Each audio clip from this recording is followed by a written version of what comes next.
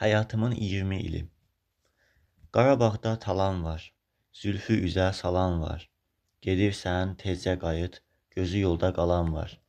Əslim Qarabağlıdır, sinəm çarpaz dağlıdır. Nə gələn var, nə gedən, məgər yollar bağlıdır. Qarabağda bağ olmaz, qaraz xalqım ağ olmaz. Qürbətdə yar sevənin ürəyində yağ olmaz. Mən aşiqəm Qarabağ, Şəki, Şirvan, Qarabağ. Tehran, Gülüstan olsa, yaddan çıxmaz Qarabağ. Dağ başında yazı yayı yaşıllığa, payızı qışı dumana və qara bürünmüş bir şəhər təsəvvür ediniz. Bu mənim şəhərimdir. Onun tarixi çox qədim deyildir. 2 əsr əvvəl Pənah xan Cavanşir və 32 adlı elləri ilə bu yerə gəlib şəhər salır, ətrafına qala yapdırıb oturur. Adı Pənahabad ya Şuşa qalası adlanır. Yeni xanlıq Qarabağ xanlığı meydana çıxır. Araz çayına qədər hökmü yeriyən bu xanlıq bütün İran şahlarının hökmünə baxmayaraq Rus istilasına qədər müstəqil olaraq yaşayır. Şəhərimin tarixçəsi bu. Lakin hadisələr bununla bitmir. Ağa Məhəmməd Şahın şəhəri alması və öldürülməsi, Vaqifin öldürülməsi, Abbas Mirzənin hücumu, Rusların istilası və xan ailəsini çocukdan böyüyə qırdırması. Şəhərin hər nöqtəsi bir tarix söyləyir. İbrahim xan kahası, Məlik Şahnəzər kahası, Şahnişin Cıdır düzü, Dovtələb, divanxana qabağı, topxana, hərəsi bir kitab, qanlı və dəhşətli bir səhifədir. Mən də bu macəralı şəhərdə dünyaya gəldim. Taleyim buymuş. O zaman atam Mir Baba, Mir Abdullah oğlu Aşqabadda imiş. Mənim dünyaya gəldiyimə dair Şuşadan telegram alır. O ayda evinə düşdüyü dostunun da bir qızı olmuş imiş. İki ata çocukların taleyini yoxlamaq üçün İran təqviminə baxır. Orada Rəcəb əl-Mürəccəb ayında doğulan uşaqlar bəxtsiz olacaqlar deyə yazıldığını atam gördükdə gəl bunları evləndirəlim demiş və gülmüş. Atamın qeydinə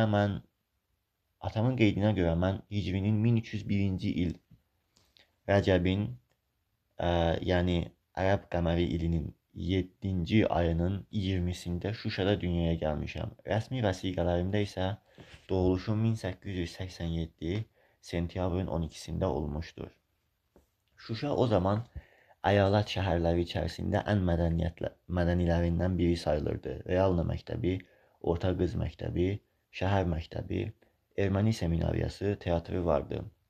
Əhalisi 40 minə qədər idi. Bunun yarısı türk, yarısı erməni idi. Ermənilər şəhərin qərb cəhətində, türklər isə şərqində yaşayırdı. Türk hissəsi 17 məhəlləyə bölünmüşdü. Bir çox xan sarayı, bütün məscidlər, qədim hamamlar, rastabazarlar, karvansaralar vardı. Şəhərin qalın hasar və bürcləri hələ qalırdı.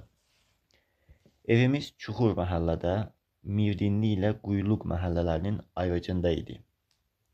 2 otağımız vardı, xırdasında yaşayırdıq. Böyüyündə Kəllayıda isə qonaq qəbul edərdik. İkisinin arasında koridor, qəfəxana, bir tərəfinə məkulat yığılardı, o biri tərəfinə də iri bir su küpü bastırılmışdı.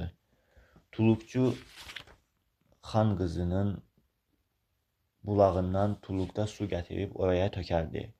Kəllayı Bağdadı idi. Taxtadan yapılıb üzərinə suvaq çəkilmişdi. Xırda otaq isə çubuqdan hörülüb suvanmışdı. İkisinin də xırda şüşəli, enib qalxma pəncərəsi vardı.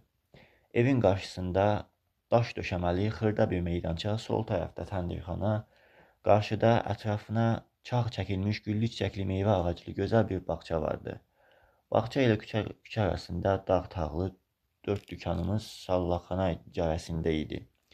Bunun aşağısındakı çubuq daxmada hamballar yaşayırdı. Aclıq nəticəsi olaraq İran-Azərbaycanın Çəmənzəmin adlı kəndindən qaçıb gəlmiş bu ailəni atam bu daxmada yerləşdirmiş və böyüyünü evləndirmişdi. Bunlar bizimlə bir evli kimi idilər. Uşaqları ilə bir yerdə oynar və məktəbə gedərdik. Sonralar Kəmənzəminli təxəllüsü qəbul etməm də bu ailəyə bəslədiyim məhəbbətdən irəli gəlirdi. İlk çocuqluq dövrüm evimizin ətrafında, aşağı meydanda, bəylik eşqində, qapan dibində keçmişdir. Oralarda çocuq marağı üçün bir çox görkəmli və əyləncəli şeylər vardı. Hələ ətrafımızda yaşayan hər bir türk ailəsinin özünəməxsus bir macərası vardı.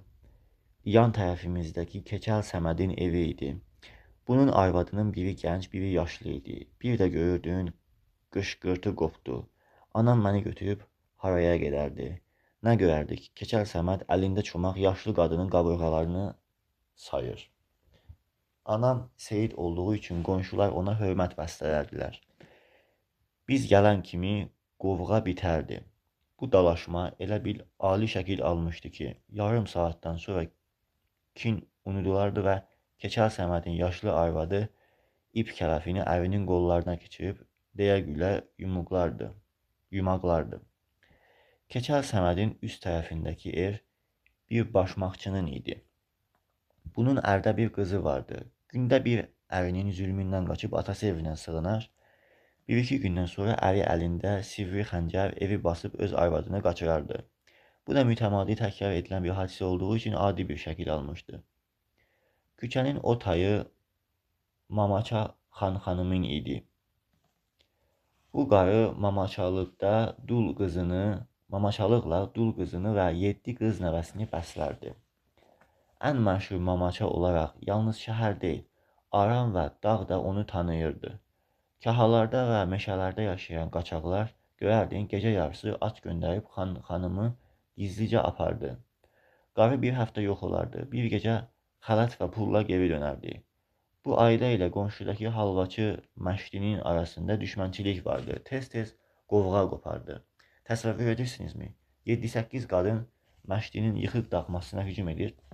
Qızlar daxmanın nallarına ip bağlayıb dartdırırlar. Qara palçıqla hörülmüş daşlar tökülür. Vəlvələ qopur.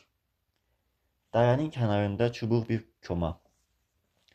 Dul bir qarı, əri qaçmış qızı və kiçik nəvəsi ilə yaşayır.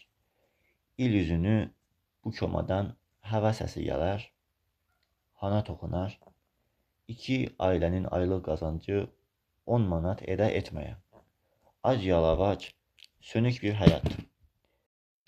Kiçik nəvə atasını xatırlamır. Kişi evləndikdən bir neçə ay sonra ailəsini buraxıb getmiş. İndi səsi Arandan, dağdan gəlir. Köçərilər arasında həkimlik edirmiş. Bir axşam qarı gəlib bizə çıxdı. Həyatın acılıqları əks etmiş üzü həm kədərli, həm də şən idi. Anama müraciət edərək, "Əziz bacı," dedi. "Axı qızın əri gəlib çıxmışdır. Bu axşam bizdədir. Sabah tezdən gedəcək. Sən Allah gəlin, baxın. Sonra söz-bez çıxmasın." Zavallı qarı sonda çocuq olarsa dedikodu olmasın deyə qonşulara yalvarıb şahid sifəti ilə evinə çağırırdı. Doğrudan da uzun illərdən bəri yox olmuş həkim getdi. Bir daha qayıtmadı. Sonralar dağda öldürüb, çaya atıldığı duyuldu. 9 ay sonra arvadı əkiz doğdu. Zavallı ailənin qayğısı bir qat daha artdı. Yanlarındakı daxma palçıq Qasımın idi. Arvadı ilə mehriban bir həyat sürərdi. Sonsuz olduqları üçün qəlbləri sınıq idi. Qasım 6-7 ay davam edən qışı ac və işsiz idi. Köçərilər gəlib dağa gedəndə Qasım qazanca başlardı. Süd, qatıq alıb satardı. Bir gün Qasımın xəstəliyini eşidib onlara pay aparmışdım. Yaz yağışları başlamışdı. Qasımın damı damır, komada quru yer yoxdur. Qab-qacaqlarını polis qalıq pulu əvəzində apardığı üçün damcının altına qoymağa da bir şeyləri yox idi. Maraqlı qonşularımızdan biri də Keçəl Əhməd idi. 2 mərtəbəli gözəl evləri, cənnət kimi çiçəkləri, bağları vardı. 2 qarıyıb evdə qalmış bacısı il uzunu xalı toxuyub kəllayı yığardı. Kosa da baqqallıqda onları bəslərdi. Bu 3 subay adam böyük evin kiçik bir otağına yerləşmişdi. Başqa otaqlar döşəməli və tərtəmiz qalar. Oralara qıyıb ayaq belə basmazdılar. Yazda həyat min bir rəng çalar, qıyıb bir bənövşə belə qırmazdılar. Doyunca yeməz, geyməz, girib çıxmaz, əllərinə düşəni yığıb saxlardılar. Bu ailəni məqsədsiz zənn etməyin. Nəhayət, Kosa Əhmədə bir gəlin bulacaqlarından ümidlərini kəsmirdilər. Nə etməli ki, bu nisgilli ailənin diləyi yerinə yetmirdi. Qızların qul kimi satılan vaxtında Kosa Əhmədə qız verən yox idi. Necə də versin. Əhmədin qaşı yox, kirpiyi yox, üzündə və başında tükdən əsər tapılmazdı. Üzünə və başına həna yaxırdı, hamama gedib tövbə edirdi. Bir şey çıxmırdı. Bacıları da ki, nəzir aparmamış ocaq qalmamışdı. Amma deyildiyinə görə vaxtilə Əhmədin lopa bığları, sallaq birçəkləri varmış. Sonra Allah baisin evini yıxsın, pis yollara düşür, güzam olur. İşte çocukluğumun bir dövrünü əhatə edən insan həyatı. Əksəri səfil, ac, avam, sənədsiz, savadsız. Küçə çocuklarına qoşulmaq bizə yasaq edildiyi üçün vaxtımızın çoxusunu taxtapuşa çıxıb qonşuları seyr etməklə keçirərdik. Qonşularımızın ən zəngini Kör A idi. 2 mərtəbə gözəl evi və böyük bağı vardı. Ev böyük darvazaları yüksək hasarla qavranmışdı. A qəddar bir müamiləçi idi. Qızıl toqqa, quşa qızıl saat qoyar və uzun zəncirini ipək arxalığının döşündən sallardı. Bu adam heç kəsə inanmazdı, kimsəni evinə buraxmaz və ailəsi də hamamdan başqa bir yer görməzdi. Çocukları darvazanın arasından yad adam gördükdə vəhşi qaz sürüsü kimi ağız-ağıza verib bağırışardılar. Taxtapuşumuzdan bunların uzun artmaları, dəmir taxtapuşun ətrafına qonmuş hədsiz hesabsız göyərçinləri, dizə qədər çıxan yaşıl otlu bağları görünərdi. A'nın bir qaynanası vardı. Bunu kürəkəni evdən qovmuşdu. Lakin arvadın getməyə yeri olmadığı üçün A'nın korluğundan istifadə edərək gizlicə olaraq onun evində yaşayırdı. Bunun bir dəst xeyirşər paltarı vardı.